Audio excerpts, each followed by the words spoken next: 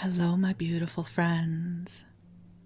I am Laurel Bleadon-Maffei with Illuminating Souls, welcoming you to this episode of Sleepy Bedtime Blessings, a podcast designed to help you rest, relax, and fall asleep, all while deepening in your connection with your beautiful team of angels who love you so. If we are meeting for the first time, I am an angelic practitioner, a spiritual teacher, and an encourager of souls. And I do this through one-on-one angel sessions, soul mentoring, and a variety of classes designed to inspire your spirit. And you can learn more at my website, illuminating-souls.com. And if you are interested in scheduling your very own angel session, I will be opening up appointment times this month, which is November. And so if you're interested, be sure to sign up for my mailing list and you will be notified when I open my calendar. And also, if you don't happen to see something on my calendar, it does not mean that I am unavailable for a session. Please feel free to reach out. I typically can schedule you in within a few days. I don't always put all of my availability on my calendar because I like to have spontaneity in life. So you can groove on over to my website and sign up for my mailing list, and you'll learn all about my new classes, angel sessions, soul mentoring, and hopefully I will get an opportunity to inspire you. But for now, the angels and I are here to help you come into a lovely state of rest. So in this moment, I am broadcasting to you from my blanket fort here in Vallejo, California. Vallejo is in the San Francisco Bay Area. We're about 20 miles north of Berkeley and 15 miles south of Napa. So I live in a beautiful area.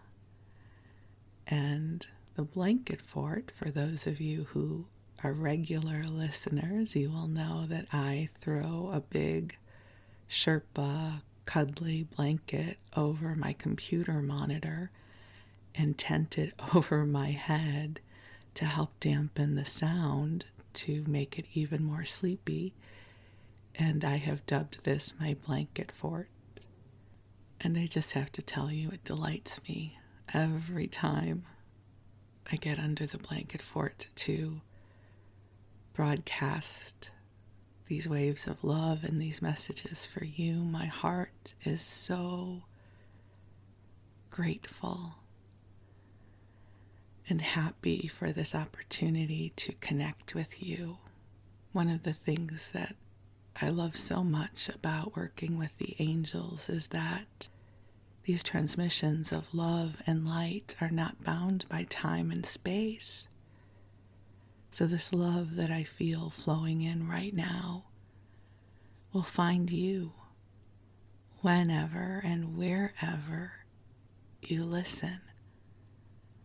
Whether it's in a few days or whether it's in a few years, this love will find you.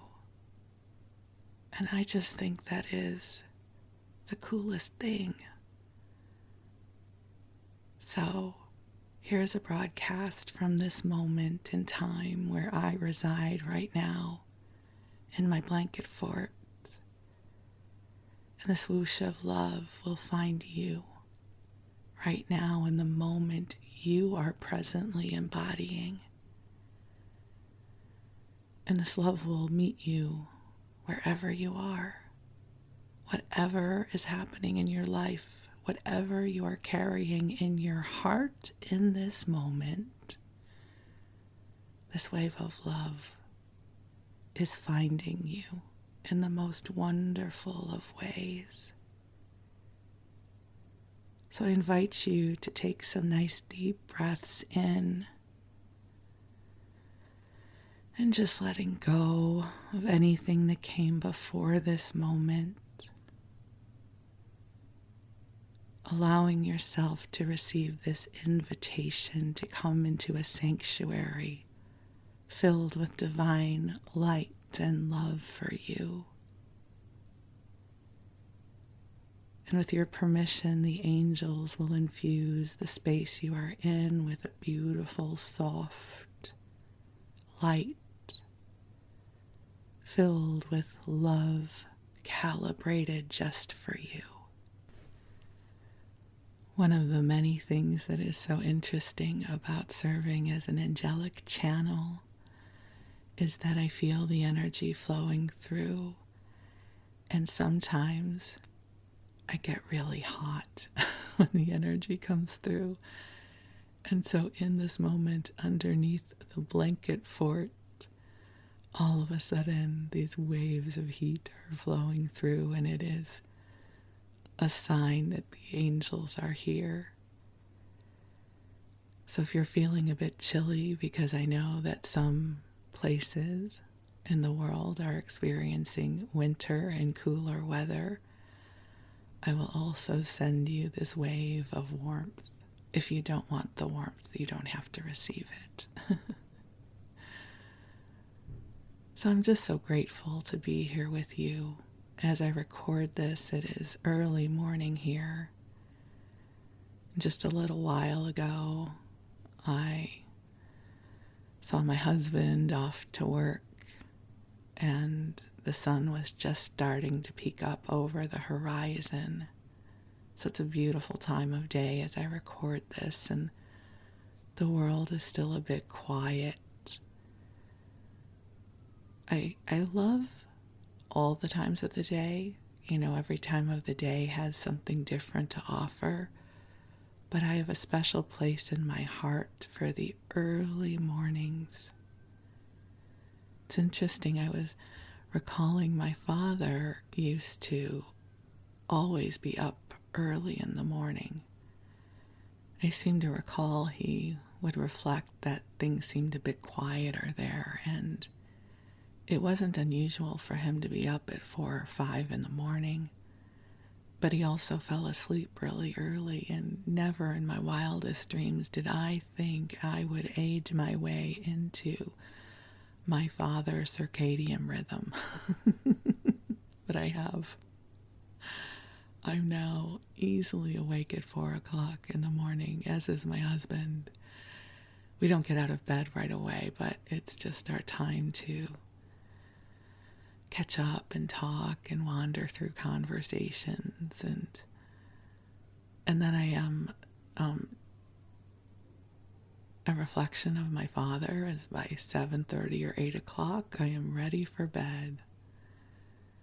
I find it so interesting how our cycles of sleep and wake can change throughout our lives. So whatever your sleep and wake cycle is right now, I invite you to just take a breath in and bless this moment right now, wherever you are in terms of your rest cycle.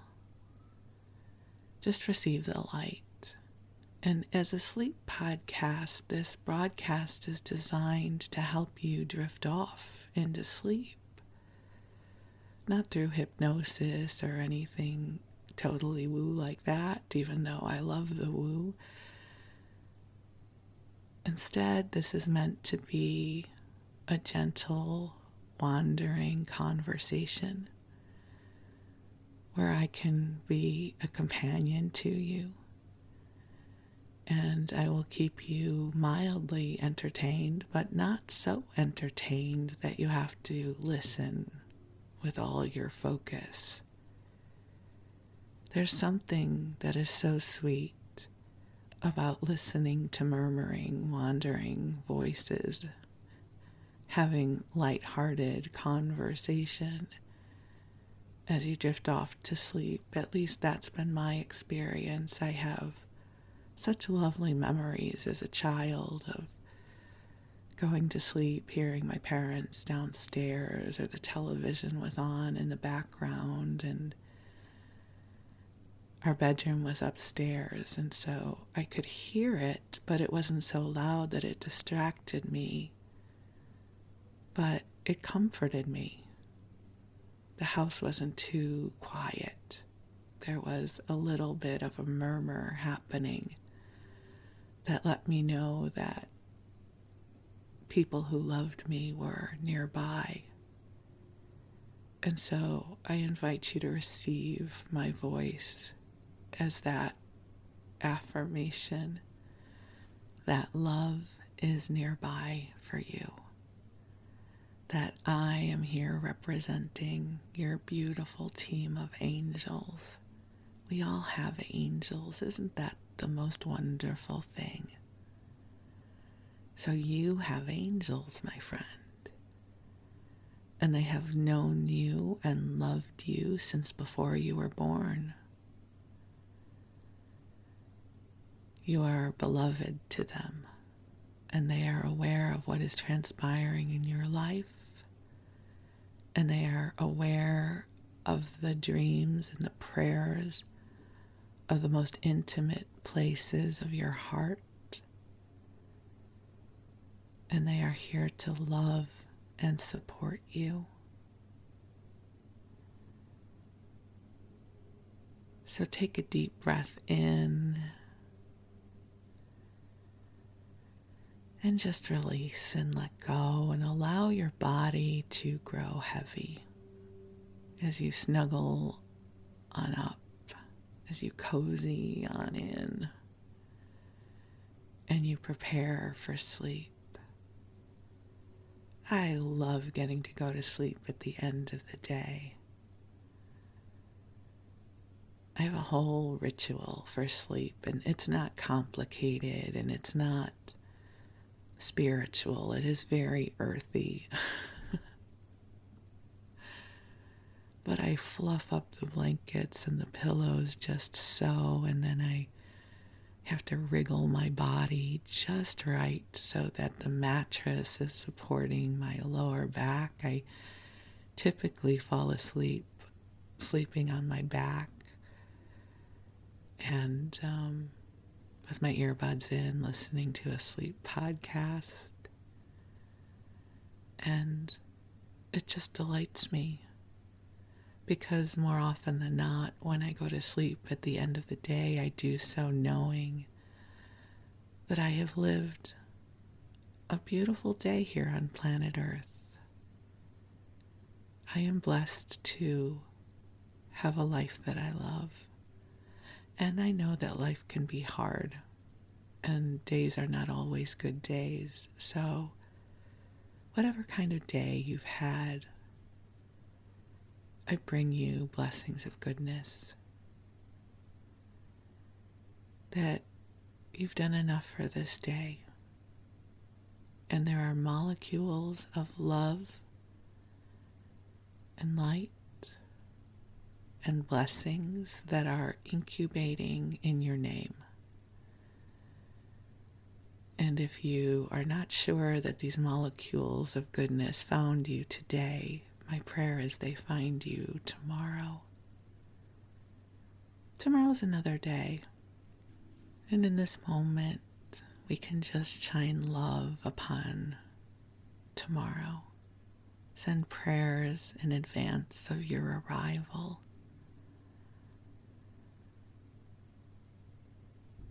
And allow your angels to take care of the days to come while you get a good rest. And so I'll bring the angels in so that you know they are here too. So I'll join you in taking a nice deep breath in as we call ourselves forward into the heart of God.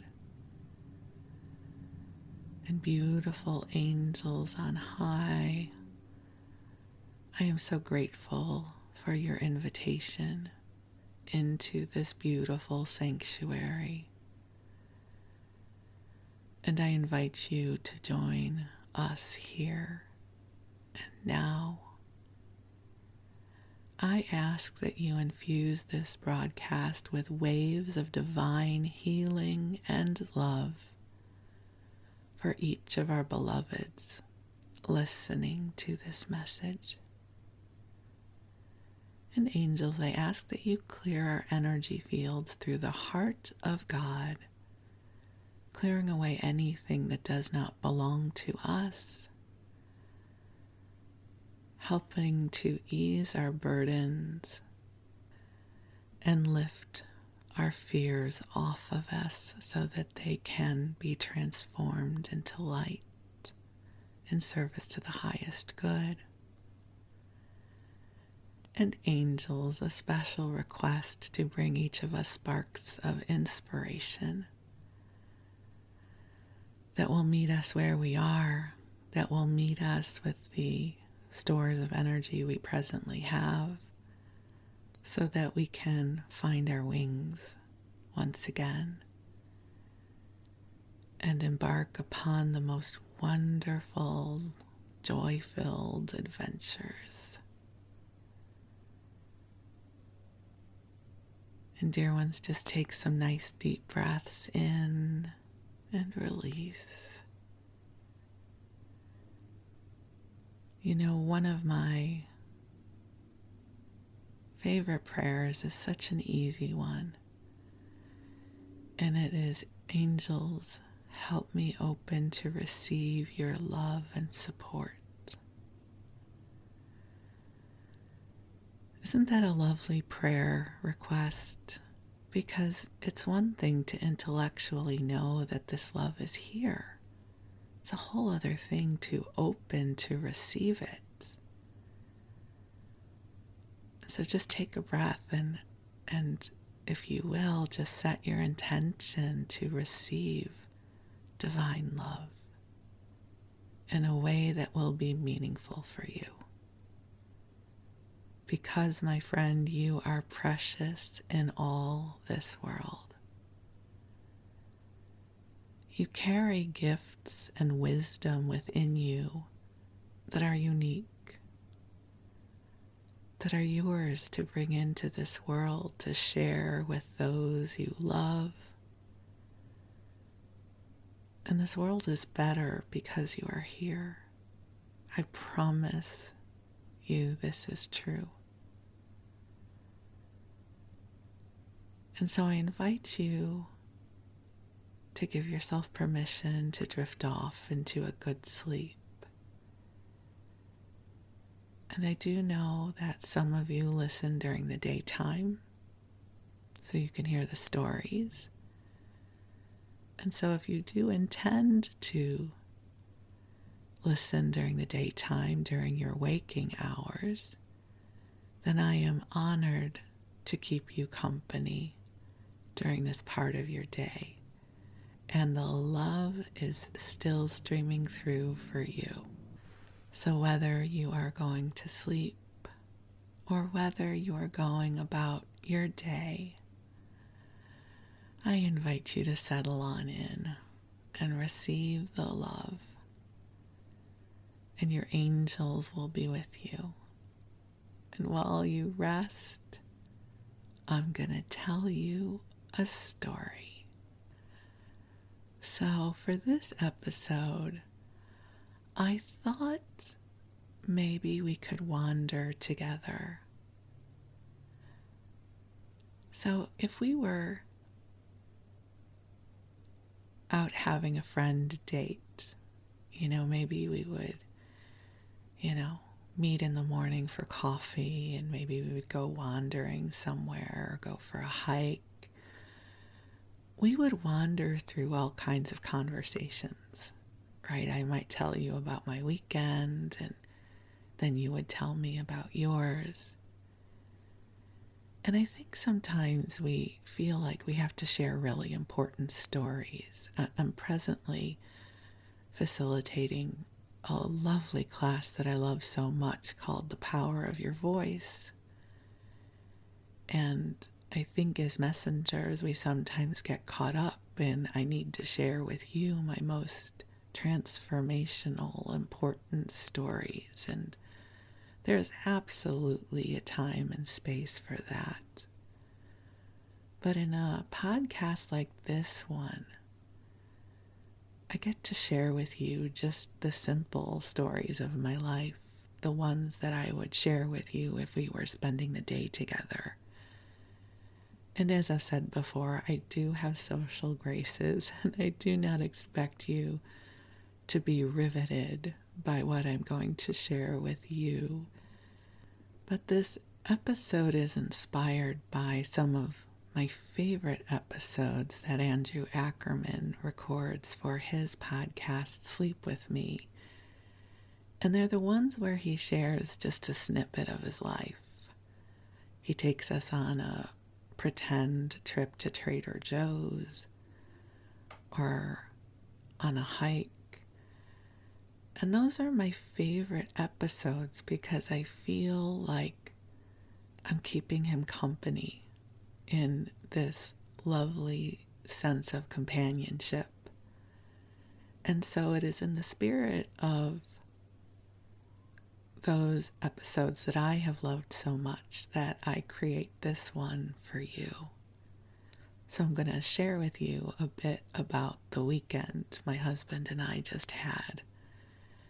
And it was a perfectly ordinary weekend, so there's no huge developments or this is the weekend we we went on a hot air balloon in Napa or something like that. It was lovely and ordinary, probably like your weekends are ordinary and lovely too.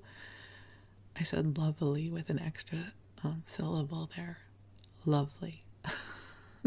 So I'm going to start off by sharing with you something you may already know if you are a loyal listener of the podcast, which is I am presently experiencing an obsession, I will call it an obsession, with love and humor for collecting community cookbooks.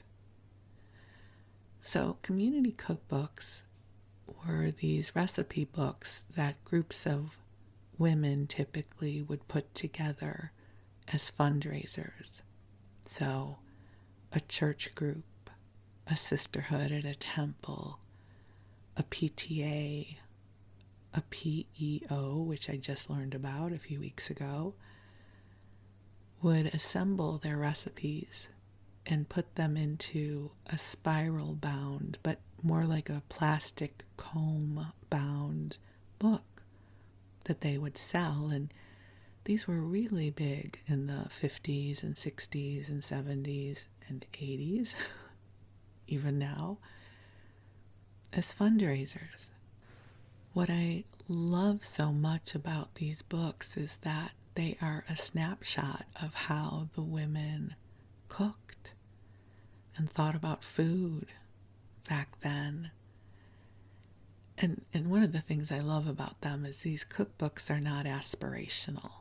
You know, if I'm flipping through an Ina Garden cookbook, it is aspirational for me because I do not like to cook. If a recipe has more than 5 ingredients, you've lost me. If I have to chop things up, like more than 2 things, I'm not going to do it. I am very low maintenance when it comes to making my food. But in these community cookbooks, typically the ingredients are simple. The process is simple. It's not for a refined palate where you're seeking to dazzle people with your culinary prowess. And this obsession started innocently enough back in March of this year when somehow I came across a Jewish community cookbook from a synagogue in Chicago near where I grew up. And I did a podcast episode about it. And then we were off to the races. And I have this pattern of becoming obsessed with things. I want to say it's not necessarily an unhealthy obsession, but it's like I binge on something. So in 2020, when the pandemic hit, I started binging on yarn and crocheting. And I bought so much yarn, and I made so many blankets and prayer shawls, and I would drive from store to store. You know, this Joann's up here had the best selection of fill-in-the-blank yarn, and the Michaels over there had something else, and there's this really cool place where you can order yarn from Turkey, the country, and I amassed this unbelievable collection of yarn that I would use, but I have those big plastic tubs now filled with yarn because at some point,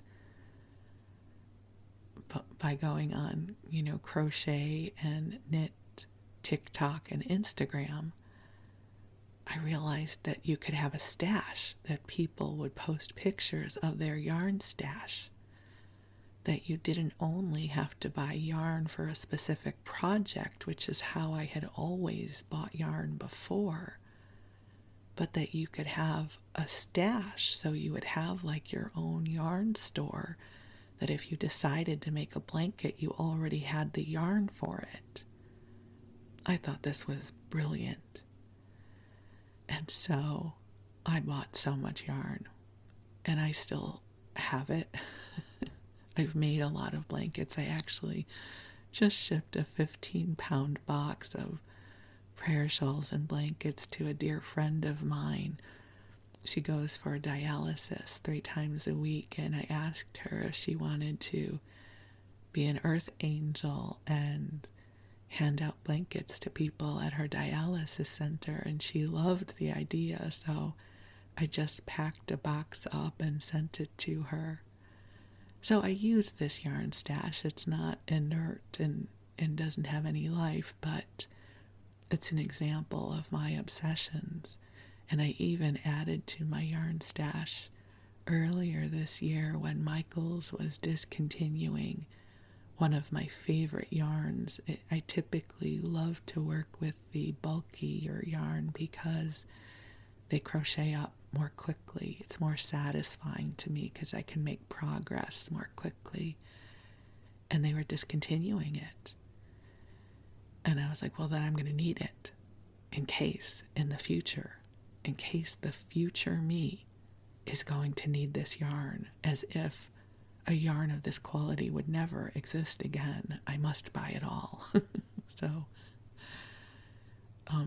when I do videos from my office, you can see just part of my office, and on either side of me I have some plastic tubs of yarn stacked up, and there's also more in the garage. But the funny thing about my yarn obsession is one day it just stopped. And it reminds me of that scene in Forrest Gump when he has been running across the country and running, and he's being followed by a group of people, and just one day in the middle of running, he just stops. He's like, okay, I'm done. And that's how my obsessions work.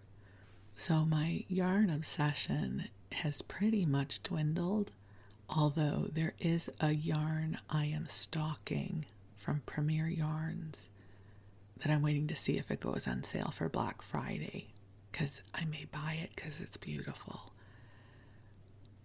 But I have completely digressed from my conversation with you about this weekend and the community cookbook obsession. So I have been going hardcore on these community cookbooks, and I have had some super cool adventures with it, and I will share those with you in another episode, because this episode I just really want to wander through what happened this weekend with you, some of which has to do with community cookbooks. So, I haven't been to antique stores in a really long time. I used to love going to them and estate sales and treasure hunting, but the me that I am now, I find that overwhelming. But I did discover that there is a really sweet antique mall about 20 miles from here in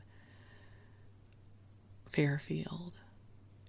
Fairfield and Cordelia are next to each other, so it's called the Cordelia Antique Mall, but I believe it's in Fairfield. And it doesn't really matter, but I'm just trying to be specific. And it's a pretty cool antique mall. And the thing about antique malls is different vendors have different booths or areas. And so overall, I would say it's a really well curated antique mall. It's well set up. The prices seemed a bit high. And I was specifically treasure hunting for some community cookbooks when I went there earlier that week. I did happen to find, though, some old TV guides, one from 1979 and one from 1983, I believe, that I purchased for a future podcast episode because, I love to go into the Wayback Machine when it comes to television, so that's something we can all look forward to. But I didn't see any cookbooks. But I went home and I told my husband about it, and my husband is a collector of things. He would have been an amazing museum curator. He just loves collecting things, and that'll be a story for another day, but he's really good at it.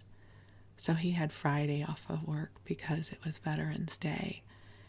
And somewhere around 3 o'clock, he got this burst of energy. And the thing you should know about my husband and I is we don't like to go anywhere.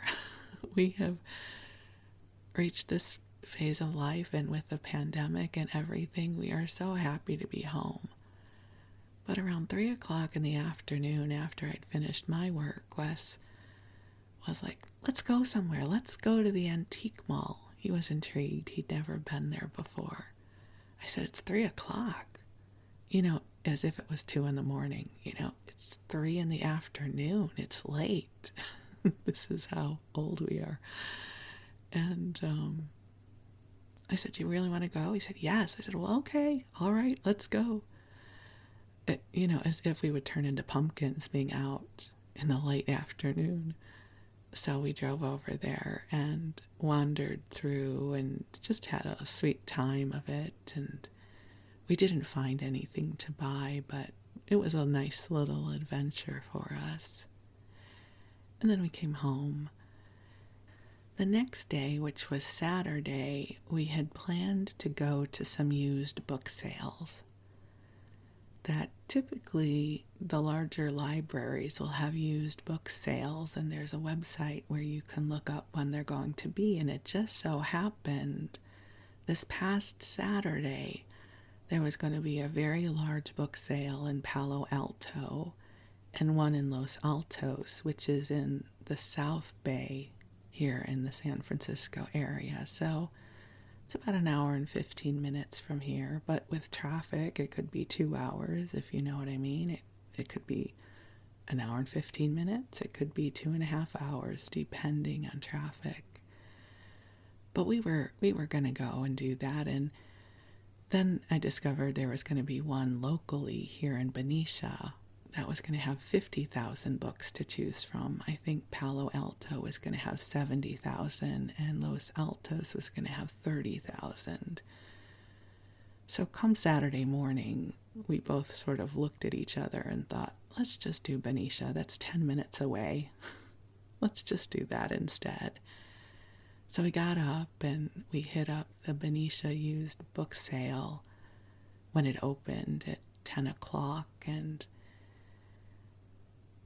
it had a really big selection if you were somebody who was looking for books to resell on Amazon or Etsy or eBay, or if you loved collecting, trade paperbacks and hardcover books, more modern. It's a cool book sale. It's very inexpensive. But they didn't necessarily have the kind of treasures that we were looking for, which would be community cookbooks or really cool old books. And something I guess I'll share with you about my relationship with books is that I rarely buy physical books anymore that are current. My bookshelves are all full. And they've become so full, they're disorganized, and it makes me kind of crazy. And so I'm very unlikely to buy a hardcover or paperback book these days unless it's from a friend. If a friend publishes a book, I'll buy it for sure. Or if it's really special. I think the last hardcover book I bought was a John O'Donohue book recently, because it was so beautiful. I thought, I need to own this. I need to have this. I need to be able to touch the words and highlight it. So I absolutely love ebooks.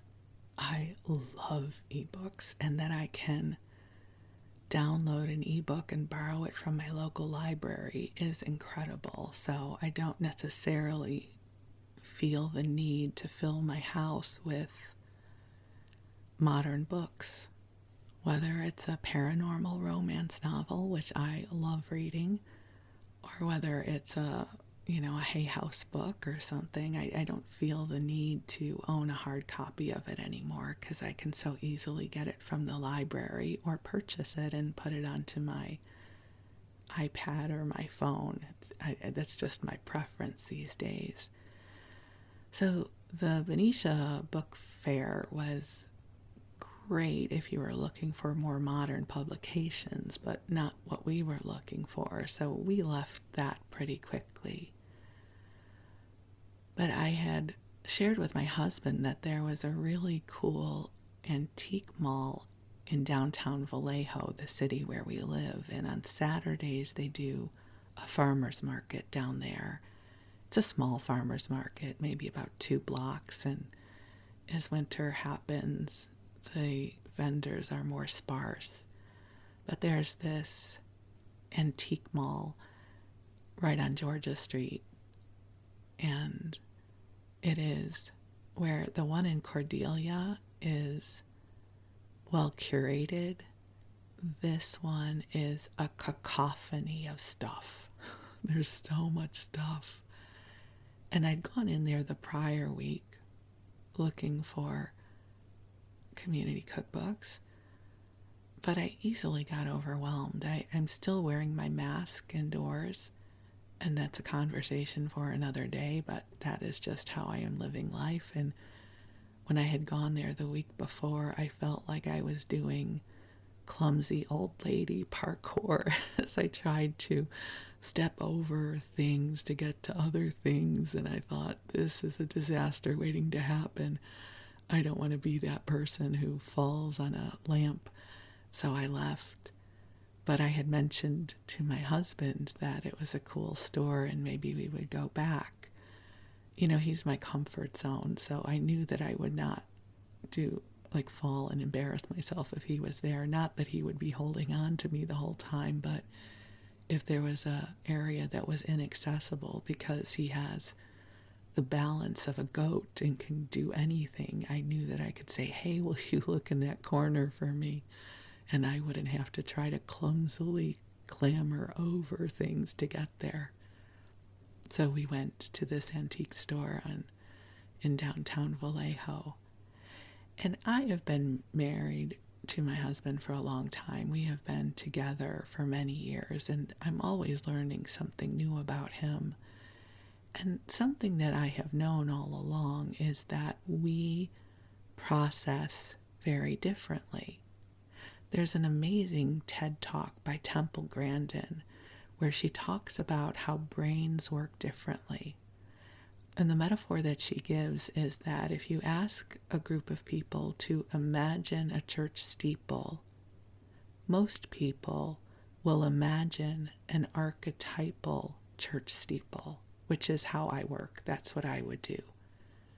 She says other kinds of brains imagine a Rolodex of all the church steeples they have ever seen. That's what my husband does.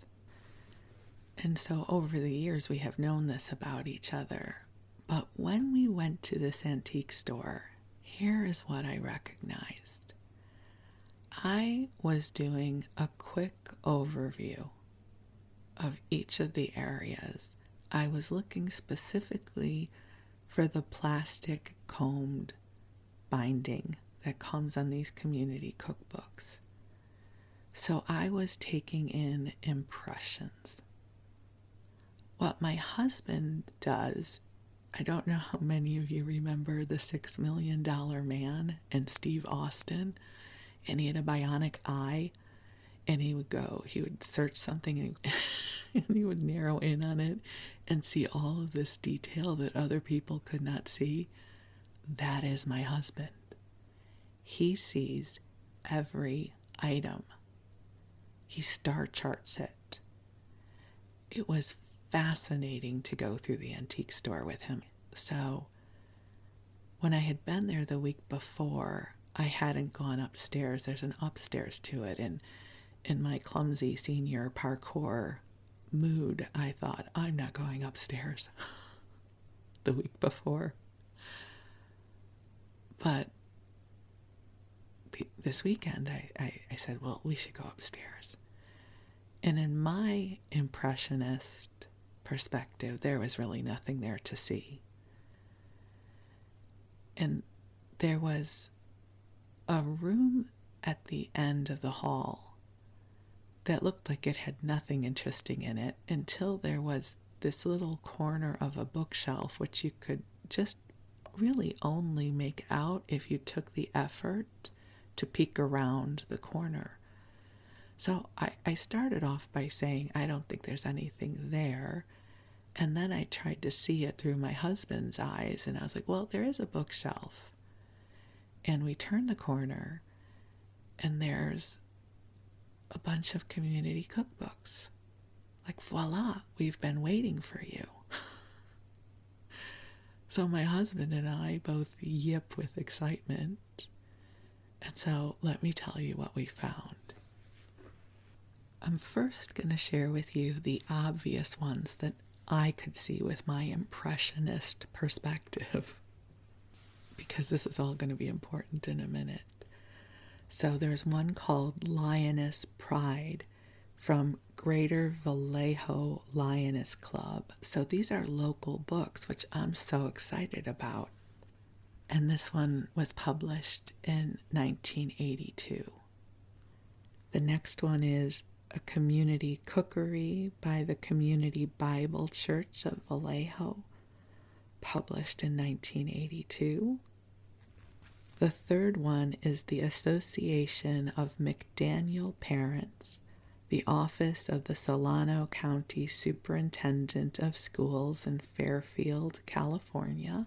And this one was published in 1978. And so at that point, I'm feeling victorious. I'm feeling like we found them. Hooray!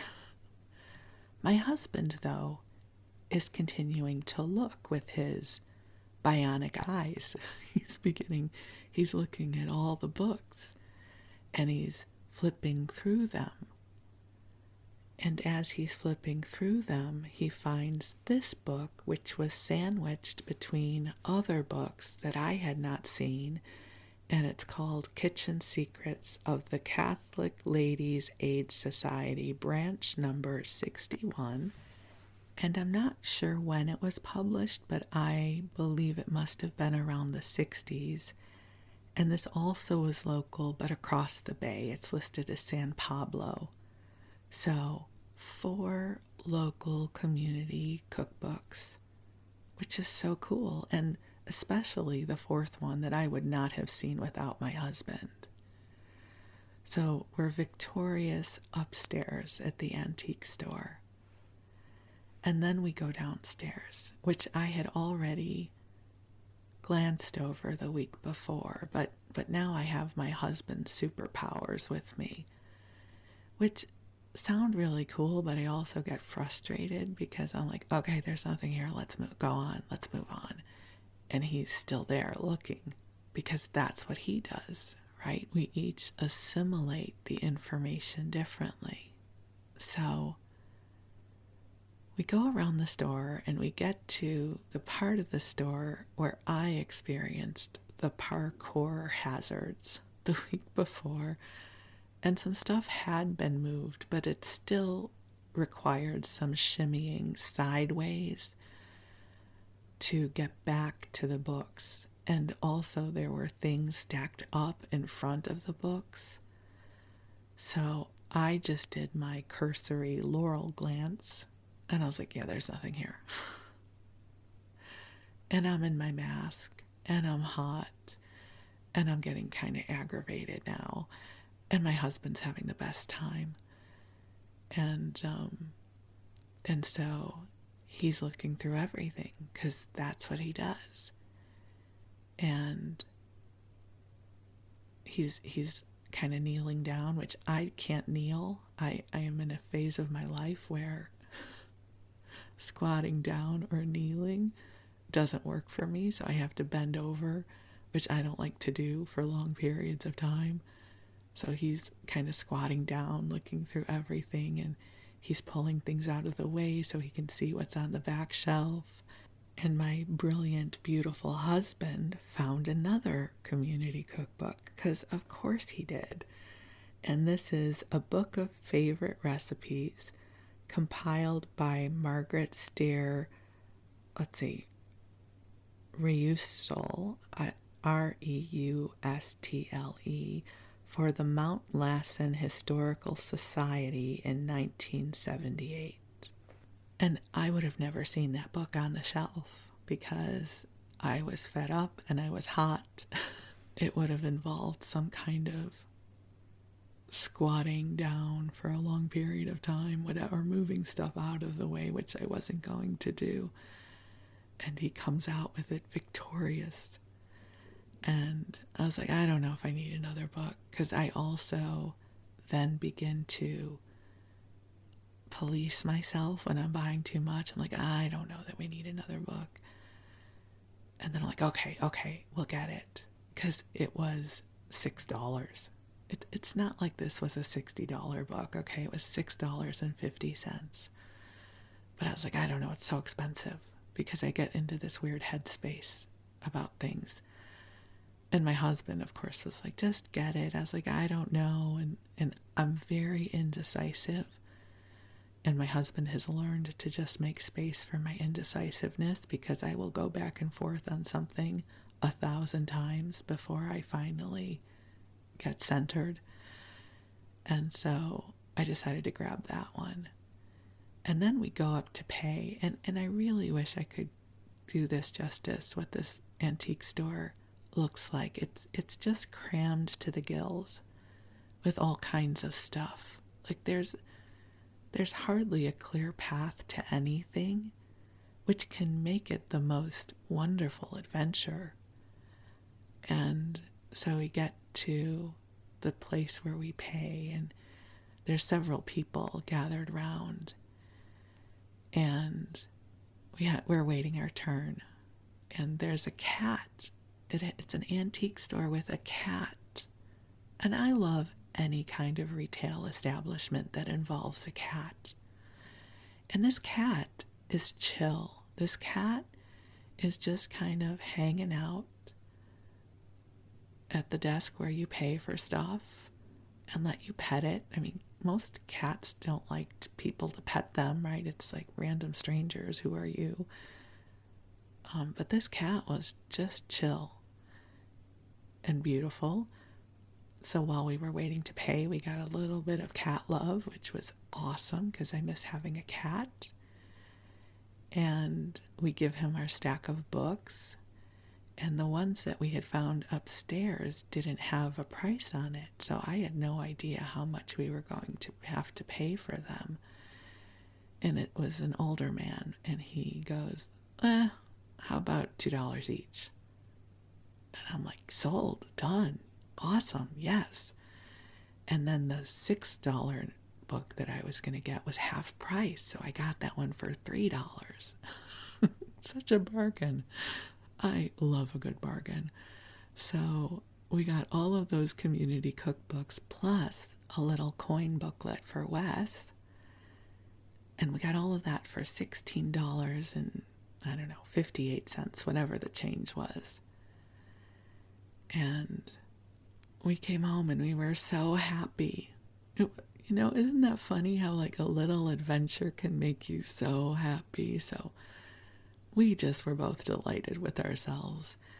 And we felt so victorious that we did not drive all the way down to the South Bay and have to pay 2 bridge tolls, because here in the Bay Area, something you may not know about this area is for us to get places, we need to go over bridges.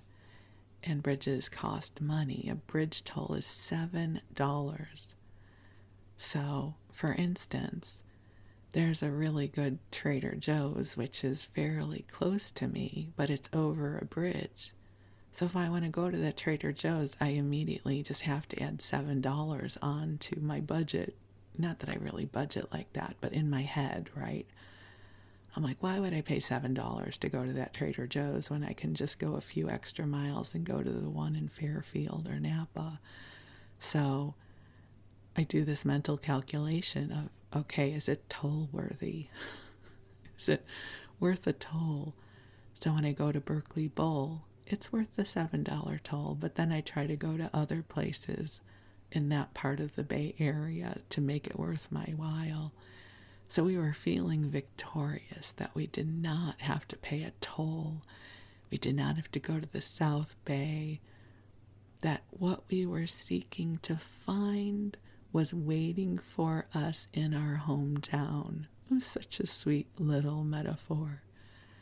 So that was our Saturday. And then on Sunday, I don't have a lot to share about Sunday other than I did my grocery shopping, because I normally do my grocery shopping on Friday or Saturday, but because of our great book adventure, I didn't do it on Saturday, and for some reason I didn't do it on Friday, so I did it on Sunday, which meant that I got up super early. You know what? I need to amend that. I always get up super early. I should amend it to say I got out of the house super early. Big difference.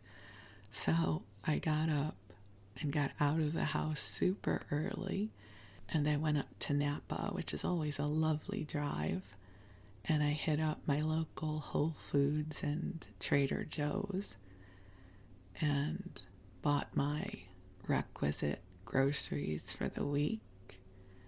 And then I headed home, and I also did a pit stop at Costco for more of our weekly supplies. And then because it's been really cool here, I put in a batch of veggie soup into the crock pot, which I've shared this recipe with you before, but I'll share it again. It's a super easy recipe because I do not like to cook complicated or to chop things. I take a box of the creamy tomato soup that I get at Trader Joe's. And if you don't have a Trader Joe's, you can probably find another brand of it. And then I take a big bag of cut up broccoli, cauliflower, and carrots, and I put that into the crock pot with a can of beans, whatever kind of beans you like, and a bunch of seasoning, and then I just let it cook, and it makes delicious vegetable soup. So on Sunday I made us vegetable soup, and I did some other meal prep, and we watched The Crown on Netflix. So I don't know how many of you are watching The Crown. I'm finding this season to be kind of depressing. I think probably because I lived through those times, meaning those times were part of my awareness. And I have a very different experience of watching history that I did not live through versus history that was part of my own personal tapestry. And so I'm having to watch this season of The Crown sparingly because it just makes me sad. So that was our weekend. We did a bunch of antiquing. My husband and his amazing ability to find treasures amidst the chaos scored gold for us in the form of 5 new community cookbooks for my collection, several of which are local here to us, feeding my obsession. And I'm just waiting for me to be done, like Forrest Gump when he's running. I know at some point I will be full. I will be sated in terms of my community cookbooks, but I'm definitely not there yet. I'm still collecting. I really am contemplating starting a website. Oh, that sounds like so much work. I need to renegotiate that. But somehow creating some sort of portal, that sounds lovelier. Some kind of portal where I can pay tribute to these books and these women, because I'm falling in love with them. I just am falling in love with these women. You know, most of them had to cook 3 meals a day, every day, through their adult lives for their families. And they didn't have access to what we have access to now in terms of prepared food and fast food and meal boxes and all the things we have now. They had a can of cream of mushroom soup and some frozen broccoli and some saltine crackers.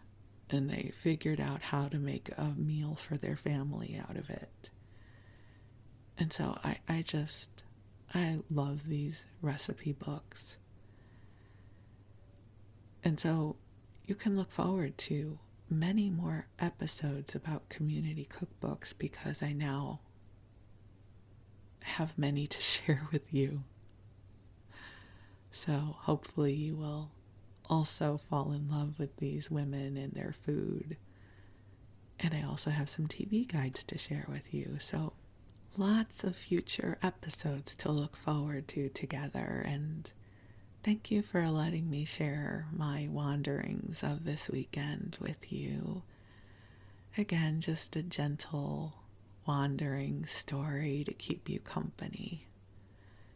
And thank you for letting me share a little bit of my life with you. It's lovely to get to share this with you. And I'm so deeply grateful for you. You know, that you are choosing to listen to this is such a blessing. Thank you. I'm so honored to get to spend this time with you. And I hope that I have managed to bring to you some extra love and delight and goodness. So I wish you the sweetest of dreams. I wish you blessings. I wish you miracles of light. And I thank God for the gift of you. So you rest well, and we'll talk again soon. Thank you.